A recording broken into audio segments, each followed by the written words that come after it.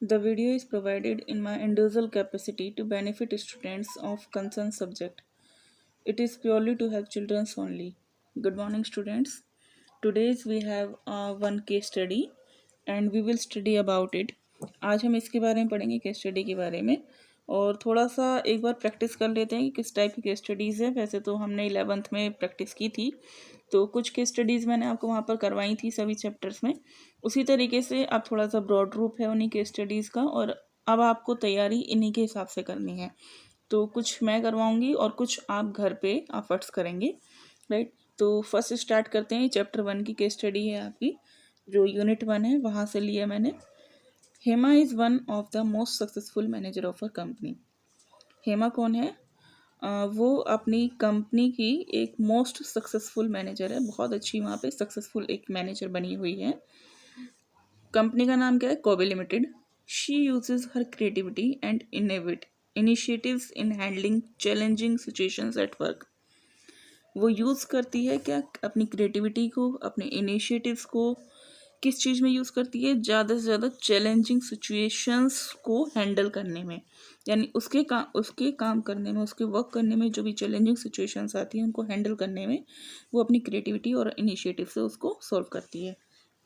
The knowledge gained by her during her students' days at a renowned management institute, as well as through her observation and experience over the year, is applied by Hema in a skillful manner in the context of realities of a given situation.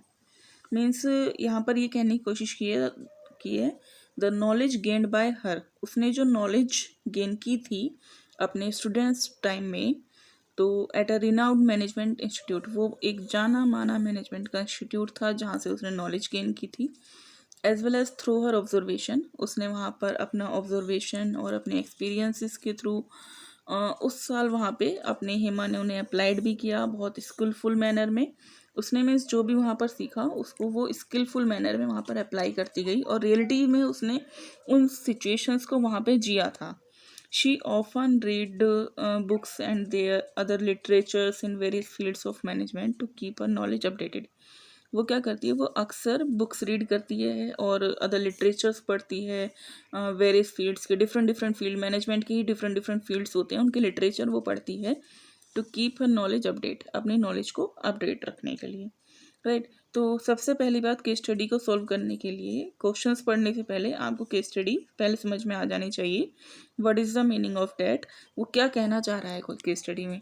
Hema एक company में बहुत successful manager बन चुकी है और वो अपने जो वर्क में चैलेंजिंग लेना और मतलब चैलेंजिंग वाली सिचुएशंस को हैंडल करना, उनको क्रिएटिविटी से हैंडल करना, वो वहाँ पर वर्क करती है।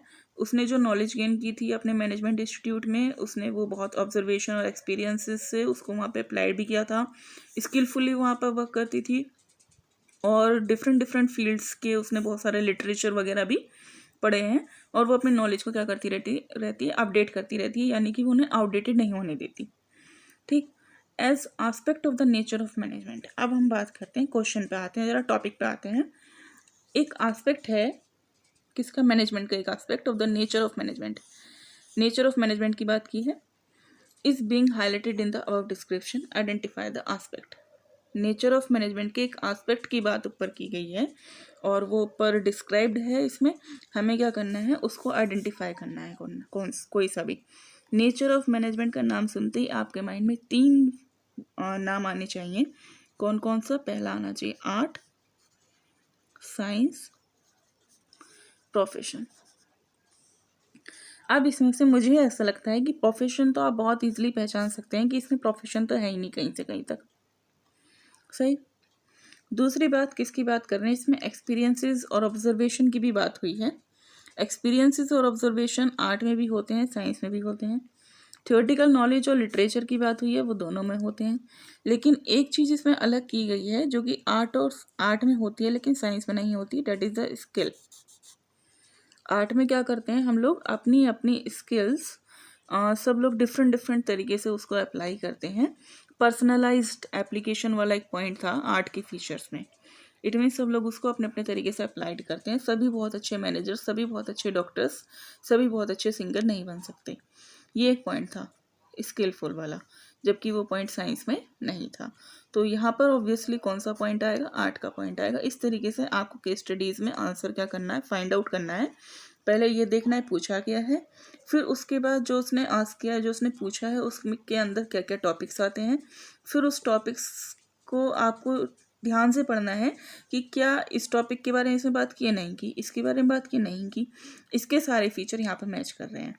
थियोरेटिकल नॉलेज वाला भी मैच कर रहा है, स्किलफुल वाला भी मैच कर रहा है, और जो एक्सपीरियंस वाला है वो भी मैच कर रहा है, राइट। अब आगे पूछा explain any 3 features of the aspect identified in part A. अब आपने पार्ट ए में जो फीचर आस्पेक्ट आइडेंटिफाई किया है, it means data management is an art, उसको आपको एक्सप्लेन करना है विद द 3 फीचर्स। 3 फीचर्स के साथ आप उसको क्या कर देंगे, एक्सप्लेन कर देंगे। तो इस तरीके से केस स्टडीज़ आपको क्या करनी है, सॉल्व करनी है। ये 4 मार्क्स का क्वेश्चन इस तरीके से पेपर में आता है। ये एक थोड़ा सिंपल सा है। एक हम लेते हैं कुछ मीन्स जब बोला जाता है क्वेश्चन में कि highlighted means line to line आपको बताना है कि इस लाइन में कौन सा टॉपिक है। चलिए इसी के बाद वाली नेक्स्ट केस स्टडीज़ एक और देखते हैं। The director of unique India limited, एक यूनिक इंडिया लिमिटेड है, उसका डायरेक्टर है, called for meeting of all the employees, वो सभी एम्प्लॉयज़ की क्या बुलाता है, मीटिंग बुलाता है। In the meeting, directors informed the employees that the main objective of company is to increase the sale by 30%. जो डायरेक्टर है वो इस बार अपनी कंपनी में एम्प्लॉयज़ को इन्फॉर्म करता है उस मीटिंग में कि कंपनी का मेन ऑब्जेक्टिव क्या है, 30% सेल को इंक्रीज़ करना। That is the main objective. उन्होंने अपना पहला ही मेन ऑब्जेक्टिव सेट कर लिया कि इस बार हमारा मेन ऑब्जेक्टिव है 30% सेल्स हम अपनी इंक्रीज़ करना चाहते हैं, ठीक। First. Second, various plans were made to improve the potential and efficiency of employees as well as various operations. उन्होंने क्या किए, बहुत सारे प्लान्स बनाए हैं, बहुत सारे उन्होंने इम्प्रूव किए हैं किस चीज़ में, अपने पोटेंशियल एफिशिएंसी ऑफ एम्प्लॉयज़, अपने एम्प्लॉयज़ की एफिशिएंसी पोटेंशियलनेस को इम्प्रूव करने के लिए, as well as various operations, different operations को उन्होंने क्या किया है, दोबारा से रिवाइज किया है कि कहीं कोई ऑपरेशन, कहीं कोई एक्टिविटी गलत तो नहीं हो रही है। 3 चीज़ें उन्होंने यहाँ पे प्लान की हैं। ऑपरेशंस पर ध्यान दिया है, एम्प्लॉयज़ पर ध्यान दिया है, और डिफरेंट प्लान्स बनाए हैं एक्टिविटीज़ को क्या करने में, अपने वर्क को इम्प्रूव करने में। The sales manager suggested some changes in the product as per the latest demand in the market. Sales manager ने सजेस्ट किया है कि हम कुछ चेंजेस भी कर सकते हैं अपने प्रोडक्ट में। इट मीन्स डेट इनोवेशन करना चाह रहे हैं वो, as per the latest demand in the market. Market में जो भी लेटेस्ट में डिमांड में चल रहा है, हम उसके अकॉर्डिंग अपने प्रोडक्ट में कुछ चेंजेस कर सकते हैं, जिसके अकॉर्डिंग हमारी सेल्स थोड़ी सी इंक्रीज हो सकती है। As a result the company was able to achieve its target successfully at the end of the year.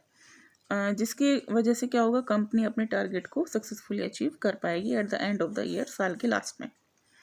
तो ये केस स्टडी हुई। अब इसमें आपको क्या करना है, फाइंड आउट करना है। पहले ये देखते हैं कि इसमें इन्होंने पूछा क्या है। State the characteristics of management. इस तरह के क्वेश्चन बहुत आता है पेपर में, 3 मार्क्स में पूछा जाता है, वेरी वेरी इंपॉर्टेंट। तो मैनेजमेंट के इसमें आपको क्या बतानी, कैरेक्टरिस्टिक्स बतानी है, और ऑल्सो आइडेंटिफाई द लाइन भी आइडेंटिफाई करनी, इंडिकेटिंग देयर कैरेक्टरिस्टिक्स, उनकी कैरेक्टरिस्टिक्स इंडिकेट करनी है। साथ में ये भी बताना है कि आपको कौन सी लाइन से पता चला कि इसमें ये वाला फीचर है। तो सबसे पहले हम फर्स्ट लाइन पे आते हैं। इसमें इन्होंने कहा था डायरेक्टर ने कि वो क्या करना चाहते हैं, अपनी सेल को 30% इंक्रीज़ करना चाहते हैं। सेल 30% इंक्रीज़ करना चाहते हैं, इट मीन्स डेट कि उन्होंने क्या बनाया, अपना गोल सेट किया है। तो फर्स्ट जो आपकी कैरेक्टरिस्टिक्स हुई इसमें क्या हुई, गोल ओरिएंटेड। और कौन सी लाइन से पता चला, main objective of the company is to increase the sale by 30%। Clear. चलिए दूसरा वाला क्या था, various plans for made to improve the potential and efficiency of the employees as well as various operation. हमने एक पॉइंट पढ़ा था features में, मल्टी डायमेंशनल, यानी कि मैनेजमेंट क्या है, मल्टी डायमेंशनल है। Multi dimensional management of people and management of operation. वो यहाँ पर पीपल्स का भी मैनेजमेंट कर रहे हैं और ऑपरेशंस का भी दोबारा से मैनेजमेंट कर रहे हैं, जिससे कि अपनी कंपनी में इस ऑब्जेक्टिव को अच्छे से अचीव कर पाएँ, प्लान्स उनके सक्सेसफुल हों, राइट। अब एक और लाइन देखते हैं लास्ट वाली। The sales manager suggested some changes in the product as per the latest demand in the market. Market में डिमांड के अकॉर्डिंग वो क्या करना चाहते हैं, कुछ चेंजेस करना चाहते हैं। Changes means that flexibility create करना चाहते हैं, डायनेमिक बनाना चाहते हैं ऑर्गेनाइजेशन को, डेट इज़ अ डायनेमिक। 3 यहाँ पर मिल गए आपको। गोल ओरिएंटेड फर्स्ट फीचर, दूसरा था multi dimension management of people and management of operation. एक फीचर यहाँ पे दिया गया है डायनेमिक का, जो कौन सी लाइन से पता चलता है, sales manager suggested some changes. Generally होता क्या है, जब इस तरह की केस स्टडी पूछी जाती है तो आपको केवल पॉइंट लिखना होता है, पॉइंट आउट उसकी लाइन बतानी होती है। कभी कभी बहुत ही रेयर केस में ऐसा होता है कि उस पॉइंट को आपको एक्सप्लेन भी करना होता है। अगर यहाँ पर आपसे बोला है क्लियरली डिस्क्राइब करना है, स्टेट करना है, या फिर आपको एक्सप्लेन करना है, explain the characteristics of management, तो आप उनको एक्सप्लेन करेंगे, अदरवाइज एक्सप्लेन नहीं करेंगे। हाफ मार्क्स किसका हो जाएगा, ये बताने का पॉइंट कि इसमें कौन सा फीचर था, और हाफ मार्क्स होता है लाइन का। तो कितना हो गया, 1 मार्क्स इस पॉइंट का, 1 ये 3 मार्क्स की केस स्टडी इस तरीके से आपकी रेडी हो जाती है। आज इस वीडियो के लिए केवल इतना ही। नेक्स्ट में एक वीडियो और यूनिट 1 के केस स्टडीज़ की, 2 केस स्टडीज़ की आपको अपलोड करूँगी। वीडियो अच्छी लगे तो लाइक एंड शेयर कर दीजिएगा। Thank you and have a nice day.